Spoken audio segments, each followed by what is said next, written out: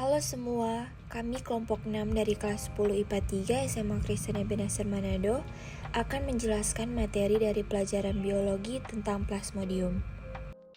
Sebelum masuk ke 3 pembahasan, kita harus mengetahui terlebih dahulu apa itu plasmodium. Jadi plasmodium ini merupakan genus protozoa parasit yang ditularkan oleh nyamuk Anopheles betina dan menyebabkan penyakit malaria. Ditemukan fakta pada tahun 1898 oleh Ronald Ross bahwa plasmodium ini terdapat di perut nyamuk.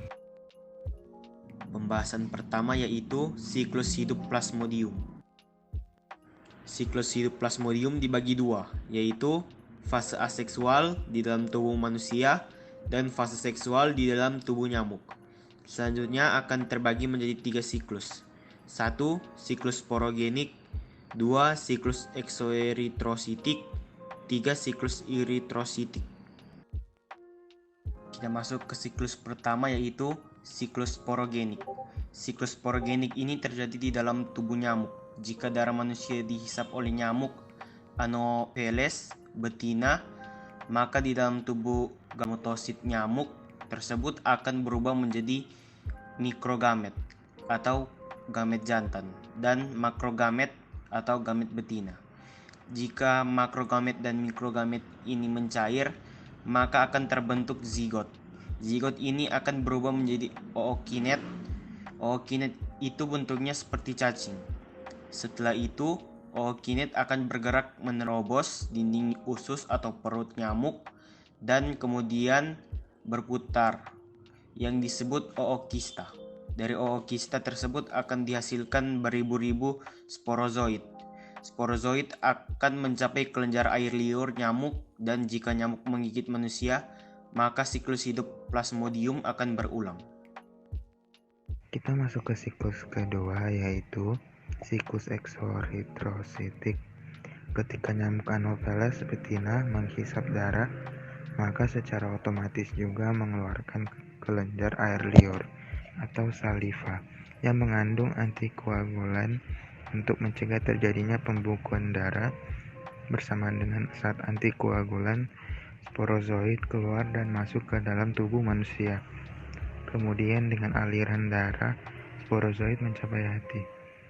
Ketika sporozoid berada di hati, reproduksi aseksual dimulai dan menghasilkan 10.000 hingga 30.000 sel anak yang disebut merozoid yang menyerang sel darah merah.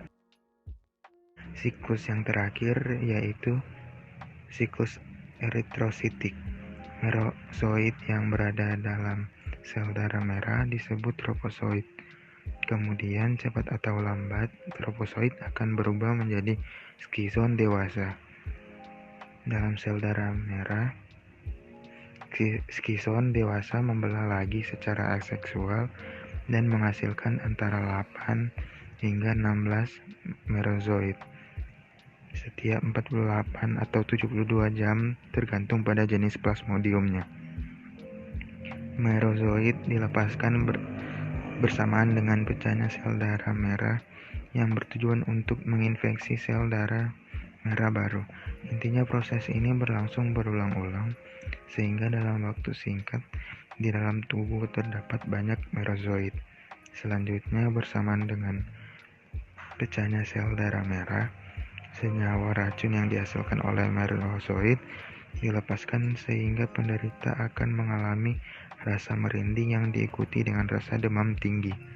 Setelah beberapa waktu, merozoid akan berubah menjadi gametosit.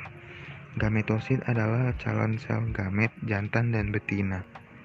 Secara garis besar, siklus hidup plasmodium dari tubuh nyamuk hingga manusia seperti itu. Pembahasan kedua yaitu jenis-jenis plasmodium. Terdapat lebih dari 175 jenis plasmodium, di antara lain adalah Plasmodium falciparum, Plasmodium vivax, Plasmodium malariae, Plasmodium ovale. Plasmodium falciparum menyebabkan malaria tropika atau disebut juga malaria tertiana maligna atau malaria falciparum ini merupakan jenis penyakit malaria terberat. Plasmodium vivax menyebabkan malaria tertiana atau malaria vivax. Ini merupakan jenis penyakit malaria yang paling sering terjadi. Plasmodium malariae menyebabkan malaria kuartana. Ini merupakan jenis penyakit malaria yang paling jarang terjadi.